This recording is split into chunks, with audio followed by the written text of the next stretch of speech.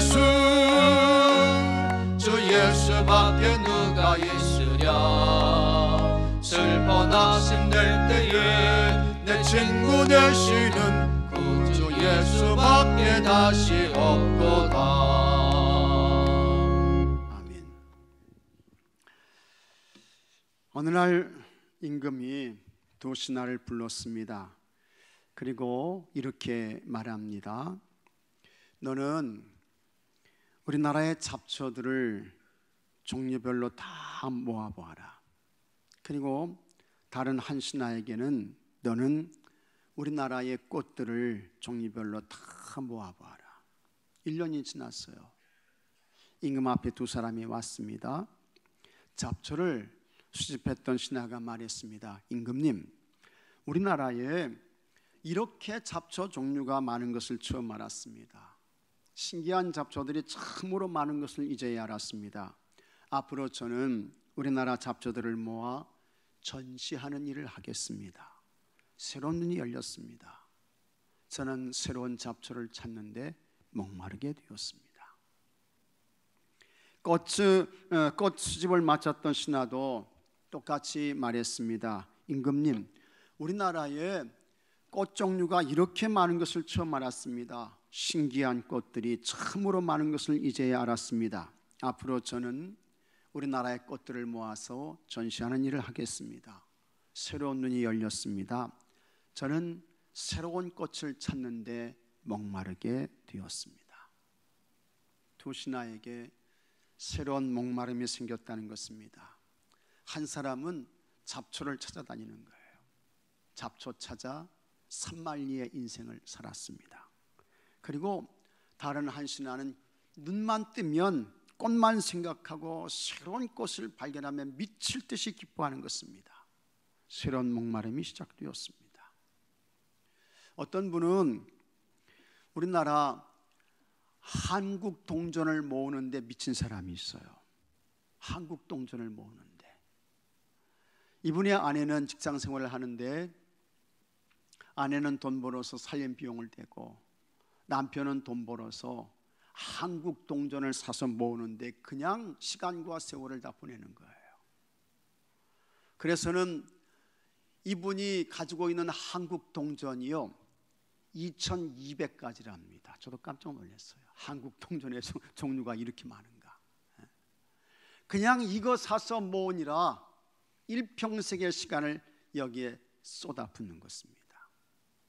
하여튼 뭐 각자의 그와 같은 생각과 가치관이 다 다르지만, 그런데 이렇게 잡초를 찾아 인생을 바친 사람, 꽃을 위해 인생의 모든 것을 투자한 사람, 한국 동전을 수집하기 위해 인생의 모든 돈과 시간을 아낌없이 쏟아부은 사람, 남들이 하지 못하는 독특한 일을 했습니다. 그러나 이와 같은 것들이 여러분 인생의 본질은 절대로 아닌 것입니다. 잡초가 우리 영혼의 구원을 가져다 주지 못합니다. 꽃이 아름다워도요 이 꽃이 우리를 하나님 나라 천국으로 이끌어 주지 못해요. 한국 동전이 2200가지가 아니라 22000가지라도 우리 인생의 죄와 허물의 문제를 절대로 해결해 주지 못합니다. 그러면 무엇이 우리 인생의 본질이며 근본이며 어떤 것이 우리의 죄와 허물의 문제를 해결해서 우리로 하여금 영원한 하나님 나라 천국으로 우리를 인도할까? 한 분, 한 길, 한 통로가 있습니다. 오직 예수님 한 분, 한 길, 한 통로인 줄로 믿으시기 바랍니다. 오직 예수님 한 분이에요. 오직 예수님 한 분. 어느 날 아침 기차역에서 일어난 일입니다. 오전 8시 50분 발 기차가 여기에 도착했습니다. 승객들이 대기실에서 기다리고 있다가 기차가 도착하니까 사람들이 나와서 기차에 올랐습니다. 기차가 출발했어요. 역장은 기차가 출발한 것을 확인하고 출입문을 닫습니다. 바로 그때에 한 신사가 급하게 달려왔습니다. 그가 역장에게 말했습니다. 나는 8시 50분 기차를 타려고 기차표를 미리 사놓았습니다. 그런데 늦어서 기차를 놓쳤습니다. 어떻게 해야 할지 모르겠습니다. 역장이 차분하게 그 신사에게 말합니다. 안심하십시오. 저 안에 들어가서 기다리십시오. 제가 도와드리겠습니다. 그래서 이 신사가 역장의 친절한 말을 듣고 역 안에 있는 역장실로 들어갔습니다. 방에는 큰 책상이 있습니다. 그리고 거기에 책꽂이가 있는데 각각의 책들이 꽂혀 있는데 그 책들 중에 예수님께 관한 그와 같은 전도 책자들이 있는 거예요. 그래서 이 신사가 그 역장실에 앉아서 어차피 이제 기차가 다시 도착하기 위해서는 시간이 많이 이렇게 남아 있으니까 그 전도 책자를 꺼내서 이 신사가 아주 진지하게 그 책들을 읽기 시작했습니다. 그리고 한 달이 지났습니다. 역장이 플랫폼에 서 있습니다. 기차가 도착하더니 한 신사가 내려요. 그러더니 이 신사가 역장을 향해 다가오는 것입니다. 그 신사가 말합니다. 역장님, 저를 기억하시겠습니까? 역장이 말합니다. 물론 제가 기억하지요. 당신은 전에 기차를 놓쳐서 곤란을 겪던 분이 아닙니까? 신사가 말합니다. 네, 맞습니다. 그때 저는 기차를 놓쳐서 당신에게 도움을 청했습니다. 그날 아침에 나는 기차를 놓친 대신 나의 구세주를 발견했습니다. 그 전까진 나는 하나님을 생각할 만한 시간이 없어서 사업으로 눈꽃 들 새 없이 바쁘게 지냈습니다. 그런데 그날 나는 역장님 방에서 그분에 관한 책을 읽고 예수님을 만났습니다. 그날 기차를 놓친 것, 그리고 역장님을 만난 것이 나를 구원으로 인도하는 길이 되었습니다. 너무 기쁘고 감사하고 감격스러워서 그 고마움을 전하고 싶어서 제가 오늘 역장님을 다시 찾아왔습니다. 기차 놓친 것이 은혜지요. 축복이었습니다. 예수님 만나는 기회가 되었습니다. 이 신사가 여러분 인생의 본질을 찾은 것입니다. 예수님 만났잖아요. 예수님을 그리스도 주님으로 믿게 되었습니다. 하나님의 자녀가 되었습니다. 죄사함 받았습니다. 영원한 하나님 나라 천국의 사람이 되었습니다. 지금까지는 비본질적인 것을 본질로 착각하며 살았는데, 거기에 속아서 그것 쫓아갔는데, 예수님을 만나고 예수님을 믿음으로 인생의 본질을 찾은 가장 행복한 사람이 되었던 것입니다. 마가복음 5장 21절 이하의 말씀은 예수님이 본질이시다, 예수님이 우리 인생의 근본이 되신다, 예수님이 우리 인생의 답이시다 라고 하는 것을 보여주는 말씀인 것입니다. 예수님이 계신 곳에는 항상 많은 사람들이 몰려왔습니다. 마가복음 5장 21절 말씀을 보면 예수께서 배를 타시고 다시 맞은편으로 건너가시니 큰 무리가 그에게로 모이거늘 이에 바닷가에 계시더니 했습니다. 큰 무리가 모였다고 했습니다. 여기서 모였다고 하는 이 큰 무리는 다 예수님 믿는 사람 아닌 것입니다.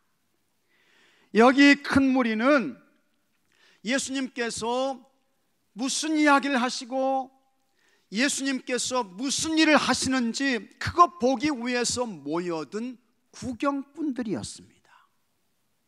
그때에 야이로라고 하는 사람이 급하게 달려와서 느닷없이 예수님께 꿇어 엎드리는 것입니다. 야이로라고 하는 이 사람, 유대인 회당의 회당장이었습니다. 그 당시에 회당장은 사회적으로 인격적으로 존경과 인정을 받는 사람이었습니다. 그런 야이로가 갑자기 와서 예수님께 꿇어 엎드려서 예수님께 도움을 구하고 있어요. 모여든 사람들이 그 모습을 보고 깜짝 놀랐습니다. 더군다나 당시 종교 지도자들이 예수님께 대하여 매우 적대적이었음을 고려할 때에 회당장 야이로가 예수님께 꿇어 엎드린 것은 그야말로 사람들을 충격에 빠뜨리기에 충분했습니다. 특히 예수님께, 그것도 젊은 예수님이에요.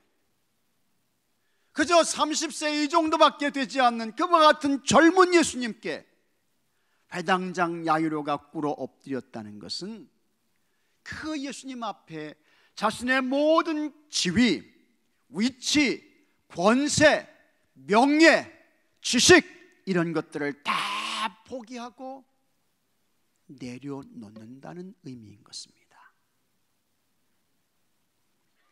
그러면 도대체 왜 회당장 야이로가 자신의 이와 같은 모든 세상적인 것 다 내려놓고 예수님께 와서 꿇어 엎드렸을까? 이유가 있습니다. 그에게 12살 된 딸이 있어요. 그 아이가 아픕니다. 상태가 심각해요. 이 아이가 죽어가고 있습니다. 회당장이었으니 아마도 틀림없이 많은 의사들을 불러왔을 것입니다. 그러나 차도가 없어요. 아무리 약을 써도 자기 딸의 이 아픔의 문제, 죽음의 문제, 이것이 해결이 안 되는 것입니다. 그러던 중에 예수님께 대한 소문을 들었습니다. 예수님이면 자기 딸을 살릴 수 있다는 마음에서 회당장이 직접 예수님을 찾아옵니다. 그리고 예수님께 엎드리는 거예요. 예수님께 자기 딸을 살려달라고 부탁합니다. 23절에 간곡히 구하여 이르되, 그냥 구한 게 아닙니다. 아주 간곡하게 간절히 구하여 이르되, 내 어린 딸이 죽게 되었사오니 오셔서 그 위에 손을 얹으사 그로 구원을 받아 살게 하소서. 예수님께서 회당장 야이로의 마음을 보셨습니다. 예수님 다 보시잖아요. 그의 마음을 아셨어요. 예수님께 대한 진짜 간절한 진실한 믿음이 있는 거예요. 그래서 우리 예수님께서 회당장 야이로의 딸을 고쳐주시기 위해서 이 회당장과 함께 그의 집을 향해 가시게 되는 것입니다. 그런데 그때에 예수님의 발걸음을 멈추게 하는 한 사건이 일어납니다. 12년 동안 혈루증으로 고통당하는 여자가 있었습니다. 혈루증은 여성이 하혈을 하는 것입니다. 그 병이 12년 동안 계속된 거예요. 그러니 그녀는 숨은 쉬고 있었으나 참 죽은 시체처럼 불쌍한 여자이었습니다. 여러분, 12년 동안 혈루증으로 고통을 당했으니 그녀는 틀림없이 만성 빈혈에 시달렸을 것이 틀림이 없습니다. 한의학에서는 빈혈을 이렇게 정의합니다. 안색이 창백해지고 식은 땀을 흘리며 피부에 탄력과 광택이 없어지고 주름이 많이 생기며 몸에 힘이 없고 하품과 권태감, 트림, 귀울음 등의 증세가 따른다. 수족이 차고 숨이 차면서 졸음이 자주 오고 시력도 떨어지며 어지럼증이 있고 소변량이 많이 늘며 부종이 일어나고 온 몸이 붓는 거예요. 심하면 실신하는 경우도 있다. 문제가 한두 가지가 아닙니다. 만성빈혈이 진짜 지금으로 말하면 종합병원인 것입니다. 성한 데가 없어요. 온전한 데가 없어요. 안 아픈 곳이 없는 것입니다. 그러기를 몇 년이냐? 12년입니다. 12년. 이 정도면 솔직히 말하면 지쳤습니다. 죽고 싶어요. 인생 살고 싶은 마음이 없습니다. 모세의 율법에 따르면 하혈하는 여인은 가까이 하면 안 되는 부정한 존재였습니다. 병으로 고통당하는 것도 억울한데 하여튼 이 여인을 만나게 되면 여인을 만난 사람은 다 부정해지는 거예요. 남자건 여자건 애나 어른이나 부모나 친척이나 이 여인을 만나면 만난 사람은 접촉한 사람은 다 부정해져요. 물건을 접촉했습니다. 그 물건 역시 부정해집니다. 그러니 그녀는 모든 사람이 기피하는 혐오의 대상 첫 번째 1호였습니다. 따라서 그녀는 다른 사람들과 최대한 멀리 떨어져서 살아야 했습니다. 그녀는 사람들로부터 더러운 존재, 부정한 여자로 취급받았습니다. 모욕과 수치를 당했습니다. 사람이었으나 인간 대접을 받지 못한 것입니다. 그녀는 병을 고치기 위해서 수많은 의사들을 찾아다녔습니다. 예수님 당시의 의사라고 해야 그저 민간요법 정도로 치료하는 그와 같은 수준이었습니다. 뿐만 아니라 지금처럼 의과대학을 나와서 의사 자격증을 갖는 그런 것도 아니었습니다. 그러니 만나는 사람마다 다 틀린 거예요. 방법도 틀려요. 말도 틀려요. 도대체 누구를 믿어야 할지 어느 누구도 신뢰할 수 없습니다. 그러다 보니 가지고 있던 재산도 다 날려버렸습니다. 이제는 방법이 없습니다. 답이 없는 인생이 된 것입니다. 이렇게 고통 속에서 살다가 인생을 접어야 하는 정말 불쌍한 사람이었습니다. 우리가 이와 같은 말씀을 들으면서 이 12년 혈루증 여인과 나는 상관없어 이런 마음 가지면 안 됩니다. 나도 이 여인과 같은 이러한 일들을 이 세상에서 얼마든지 당할 수 있어요. 얼마든지 겪을 수 있는 것입니다. 이때에 그 길과 방법이 뭐냐 하는 것입니다. 그러한 12년 혈루증 여인에게 놀라운 희망의 소식이 들립니다. 굉장한 치유의 능력을 가지신 예수님께서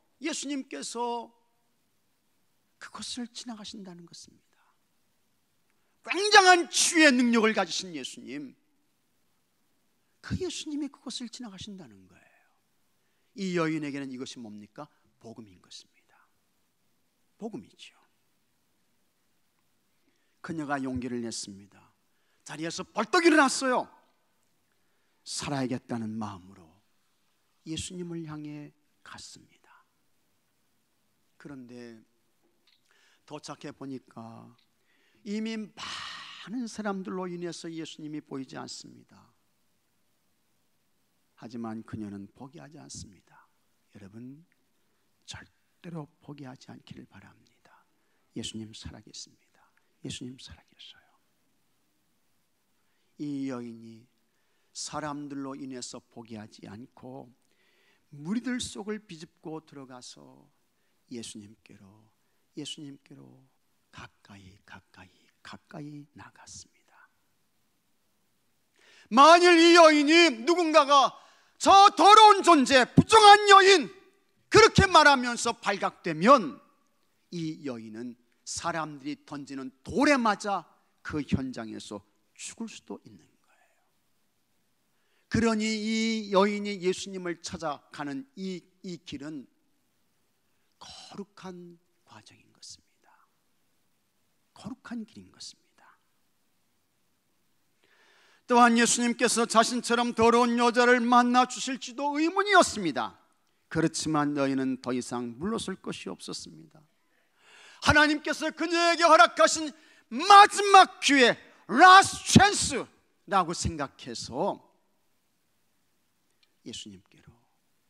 예수님께로 나아갑니다. 죽기를 각오하고 가는 거예요. 그러나 예수님과 그 많은 사람들 앞에서 당당하게 나는 12년 동안 하혈해 왔던 여인입니다, 그렇게 말할 용기는 나지 않습니다. 그래서 대신에 예수님의 뒤쪽으로 가서 살며시 예수님의 옷자락을 만집니다. 이 여인에게는 저 예수님 옷자락만 만져도 내가 고침을 받는다, 그와 같은 믿음의 확신이 있었기 때문이었습니다. 27절 말씀 다 같이 한번 읽어보겠습니다. 예수의 소문을 듣고 무리 가운데 끼어 뒤로 와서 그의 옷에 손을 대니 이는 내가 그의 옷에만 손을 대어도 구원을 받으리라 생각함일러라. 다 같이 아멘. 큰 믿음이에요. 거룩한 믿음이에요. 도전하고 모험하는 믿음인 것입니다. 그리고 마침내 그녀의 믿음이 실제가 되었습니다.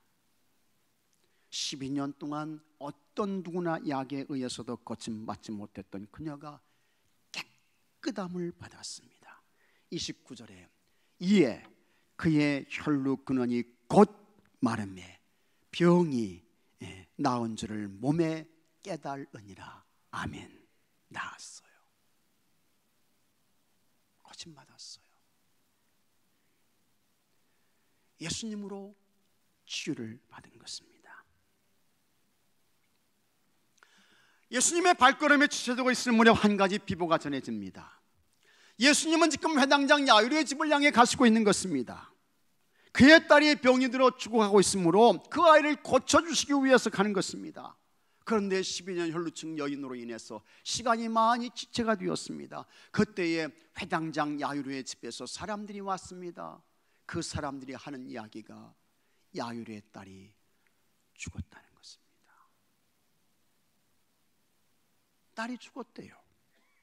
35절에 아직 예수께서 말씀하실 때 회당장의 집에서 사람들이 와서 회당장에게 이르되 당신의 딸이 죽었나이다. 한 사람은 살았습니다. 12년 혈루증 여인은 살았어요. 그리고 회당장 야유레의 딸은 죽었습니다. 이때 쓰는 말이 있습니다. 시비가 교차했다는 것입니다. 이때 가장 절망했던 사람이 누구일까? 아마도 틀림없이 회당장 야이로였을 것입니다. 이 야이로의 마음에 아니 예수님께서 지체하지 않고 바로 우리 집에 가셔서 우리 아이를 고쳐주셨으면 그 아이가 죽지 않고 살았을 텐데 하필 저 부정한 여인 때문에 예수님 지체하셔서 내 딸이 죽었네 하면서 모든 것이 원망과 불평으로 바뀌어질 수 있는 상황인 것입니다. 근데 예수님께서 회당장 야이로의 마음을 아신 거예요. 그리고 그에게 예수님께서 기대의 말씀을 하십니다. 36절에 예수께서 그 하는 말을 곁에서 들으시고 회당장에게 이르시되 같이 하겠습니다. 두려워하지 말고 믿기만 하라. 예수님 말씀하시는 거예요. 두려워하지 마. 그리고 믿기만 해. 예수님께서 기대의 말씀을 하십니다. 예수님께서 회당장 야이로의 집으로 가셨습니다. 그때 예수님께서 여러분 취하신 이상한 행동이 있어요. 예수님의 제자가 모두 몇 명입니까? 12명이에요. 베드로, 안드레, 야고보와 요한, 빌립 쭉 나가서 가룟 유다까지 12명인데 예수님께서 회당장 야이로의 집에 가실 때에 그 12제자를 다 데려가지 않습니다. 딱 3명만 데려가요. 베드로, 야고보, 요한. 딱 3명만 데려가는 거예요. 우리 예수님께서 왜 그러셨을까? 이런 생각을 갖게 되는데, 여기 계신 여러분들은 참 예수님의 택함을 받고 예수님과 동행하고, 그 다음에 예수님의 불림을 받고 예수님이 계신 곳에 항상 머물러 있고, 그렇게 예수님의 사랑과 예수님의 부름과 예수님의 그 동행을 받는 여러분들이 되시기를 주의 이름으로 축복합니다. 다 간 거 아닙니다, 여러분. 베드로와 야고보와 요한만 데리고 가셨어요. 다 간 게 아니에요. 그러니까 우리 주님께서 더 특별히 사랑하시고 관심 가지시고, 그리고 데려가 주시는 그런 사람들, 그런 제자들이 있다는 거예요. 여러분들이 예수님 사랑해서 예수님께로 가까이 가서 그런 예수님의 데려감과 예수님의 동행함을 얻는 여러분들이 되시기를 주의 이름으로 축복합니다. 야이로 집에 도착했습니다. 사람들이 그냥 울며 통곡하며 난리가 났습니다. 예수님께서 그러지 마라, 이 아이는 죽은 게 아니야, 이 아이는 자고 있어, 예수님이 말씀하십니다. 그러니까 그 회당장 야이로의 그 집사람들이 예수님을 비웃는 것입니다. 조롱하는 거예요. 그때에 예수님께서 또 이상한 행동을 하십니다. 거기에 있던 사람들, 예수님을 비난하며 조롱했던 그와 같은 사람들 다 내보내세요. 그리고 딱 2사람만 남게 합니다.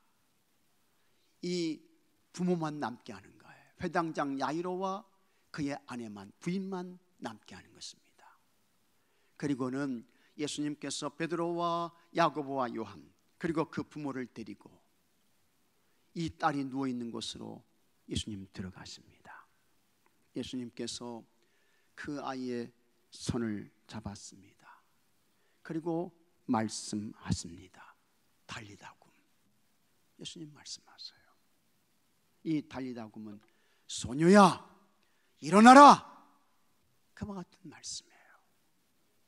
예수님께서 손을 잡으시고 달리다굼, 소녀야 일어나라 말씀하실 때에 죽었던 이 아이가 다시 살아난 줄로 믿으시기 바랍니다. 아이가 살았어요. 12의 혈루증을 앓던 여인 예수님의 옷자락을 만지고 치유를 받았습니다. 죽었던 12살 소녀아이가 다시 살았습니다. 2 사건의 공통점이 있습니다. 뭘까? 오직 예수님 한 분인 것입니다. 예수님이면 인생의 삶에서 사람의 기술과 방법과 지식과 사람의 그와 같은 세상적인 모든 것들을 통해서 전혀 풀 수 없는, 해결될 수 없는 이와 같은 문제들이 예수님이면 다 해결된다는 거예요. 다 풀어진다는 거예요. 다 열려진다는 것입니다. 그리고 인간에게 가장 궁극적으로 우리를 비참에 막잠하게 만들고 가장 슬픔과 절망의 길로 이끄는 죽음조차도 예수님이면 모두 해결된다는 것을 회당장 야이로의 딸을 살리는 이 사건을 통해서 예수님께서 우리에게 말씀해 주시고 있는 것입니다. 많은 현대인들은 선택할 수 있는 선택지가 많으면 행복하다고 생각합니다. 다양한 길과 방법이 있으면 그것을 좋은 것으로 착각해요. 그래서 여러분, 결혼 배우자를 찾는 사람에게 자신이 선택할 수 있는 좋은 배우자감이 많으면 좋다고 생각합니다. 또 직장에 취업할 수 있는 다양한 선택이 주어지면 그것을 좋은 것으로 생각합니다. 대학 진학도 마찬가지입니다. 선택할 수 있는 대학이 많습니다. 많은 것을 좋은 것으로 여깁니다. 이것을 부르는 말이 있습니다. 우리는 그것을 행복한 고민이라고 합니다. 그러나 행복한 고민을 한다고 해서 여러분 행복하시던가요? 그렇지 않습니다. 행복한 고민도 고민은 고민인 것입니다. 그리고 행복한 고민은 오히려 더 많은 갈등과 후회를 가져오는 경우가 많습니다. 내가 그때에 이 여자가 아닌 그 여자와 결혼했더라면 후회하십니까? 후회하지 않기를 바랍니다. 지금 계신 그분이 하나님께서 짝지어주신 거예요. 믿습니까 여러분? 내가 그때에 이 남자가 아닌 그 남자와 결혼했더라면 그러지 마세요. 그러지 마세요. 하나님께서 짝지어주신 거예요. 내가 그때에 이 직장이 아닌 저 직장에 그 직장에 취업했더라면, 내가 그때 이 대학이 아닌 그 대학에 가가지고 그 과목을 공부했더라면 후회가 많습니다. 갈등이 많아요. 그러니 행복하지 않은 것입니다. 독일의 심리학자인 바스카스트가 선택의 조건이라는 책을 썼습니다. 그런데 거기에 공감할 수 있는 그와 같은 이야기를 했어요. 뭐라고 이 사람이 이야기를 했느냐? 적을수록, 버릴수록, 느릴수록 행복이 온다. 공감이 돼요. 적을수록, 버릴수록, 느릴수록 행복이 온다. 그러면서 이 사람이 여기서 하는 이야기가, 자유롭게 선택할 수 있는 것이 많을수록 오히려 더 고통스러워진다는 겁니다. 왜 그렇습니까? 사람의 욕심, 인간의 정욕은 끝이 없어요. 종점이 없어요. 기차나 버스나 비행기는, 배는 다 종점이 있는데, 터미널이 있는데, 사람의 욕심, 정욕은 종점이 없다고요. 터미널이 없는 것입니다. 그러다가 다 어디까지 갑니까? 불행으로, 사망까지 이르게 되는 것입니다.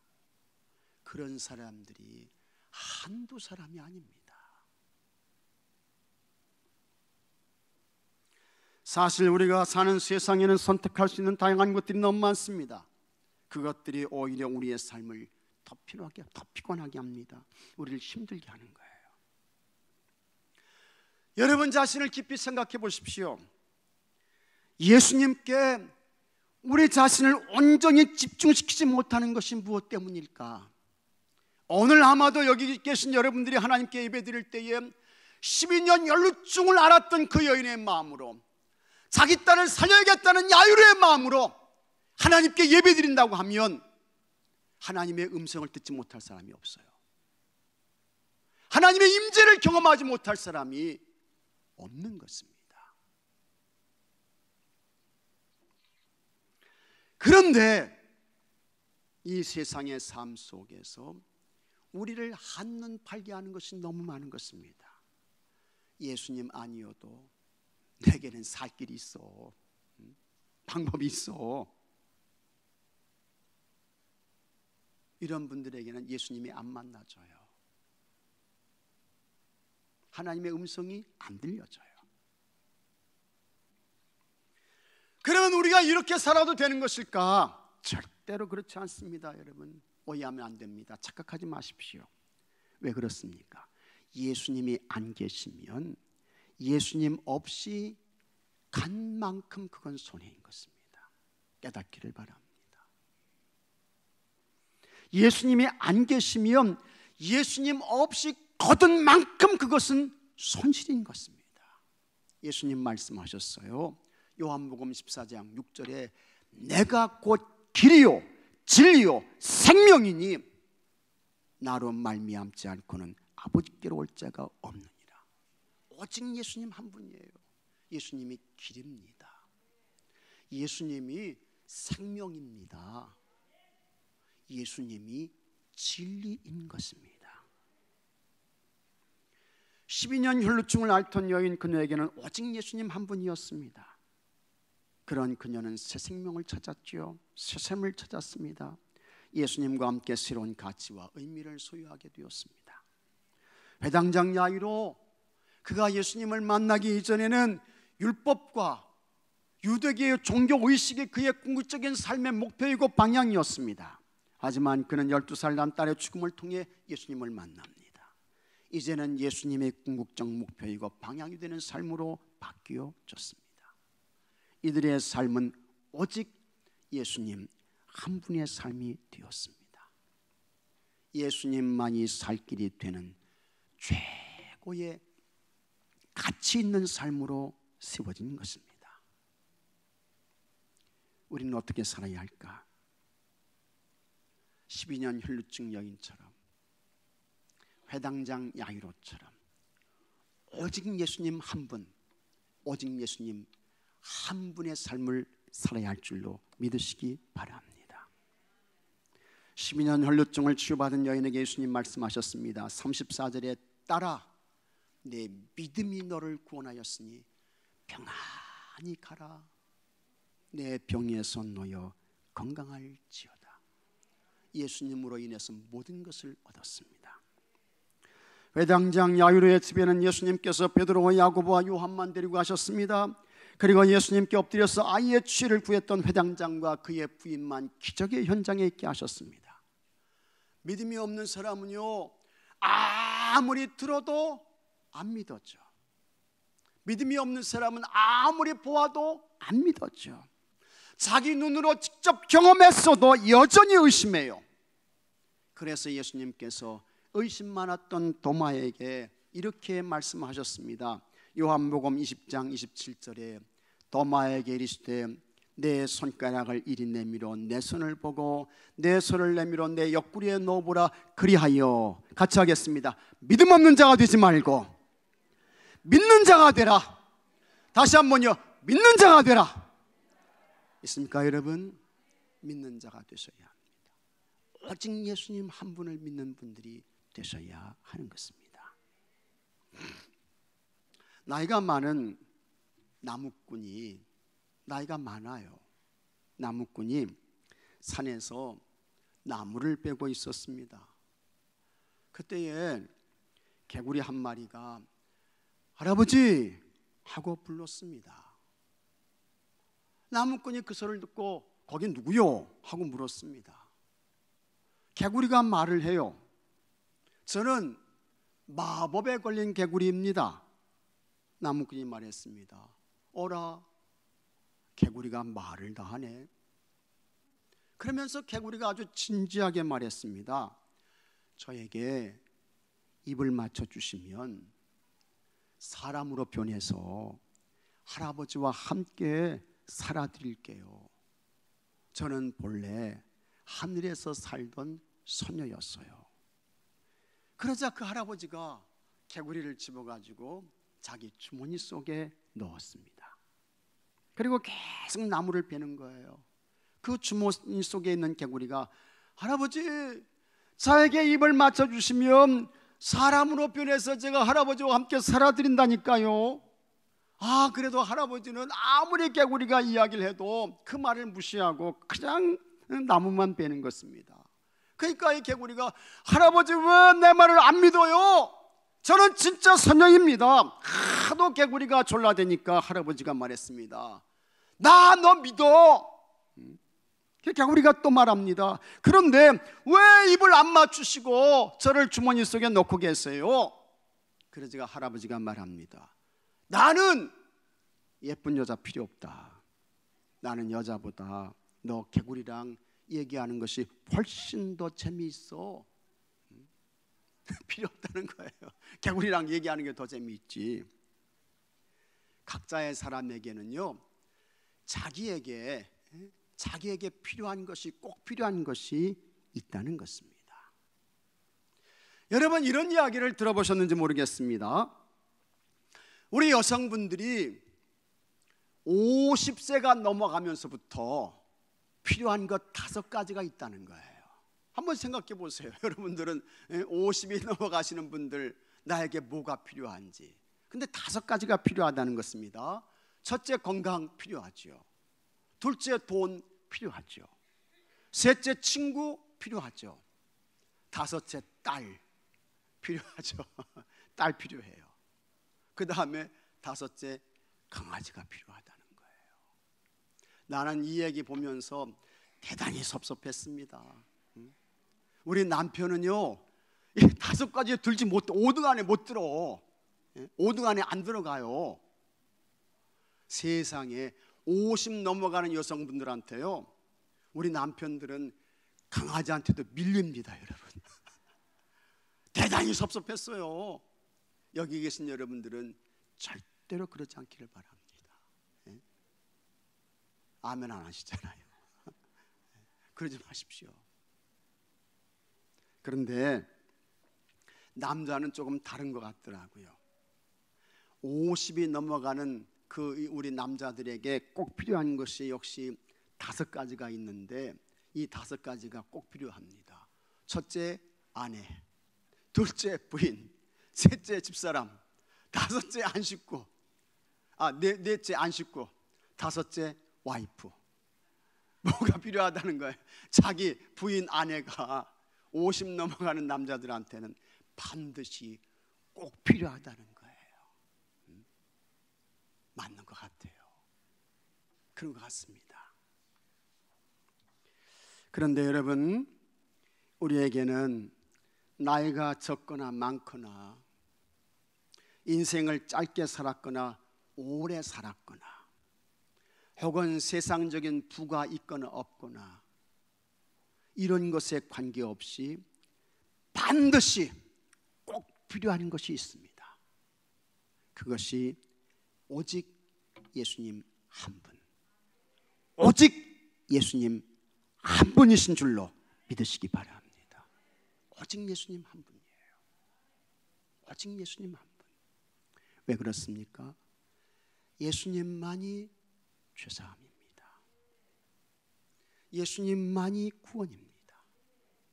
예수님만이 영생입니다. 우리 예수님만이 하나님 나라 천국입니다.